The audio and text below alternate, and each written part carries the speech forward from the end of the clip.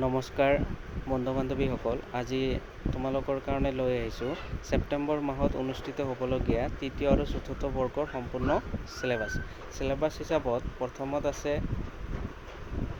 ইংলিছৰ, তাৰপিছত টপিকছবিলাক ইয়াতে ধুনীয়াকৈ দিয়া আছে। তাৰপিছত আছে জেনেৰেল ছায়েন্সত কি টপিকছ আহিব সেইবিলাকো দিয়া আছে। তাৰপিছত আছে জেনেৰেল মেথছত কি আহিব, LCM, HCF, graphs and linear equation, তাৰপিছত mental ability and logical reasoning আহিব, আৰু লাষ্টত আছে ছ'চিয়েল ষ্টাডিজ। এইখিনি আছিল আমাৰ তৃতীয় বৰ্গ। পিছত চতুৰ্থ বৰ্গ অৰ্থাৎ গ্ৰেড 4ৰ চিলেবাছ। ইয়াতো ছেম আছে, English, general science, general maths আৰু মেণ্টেল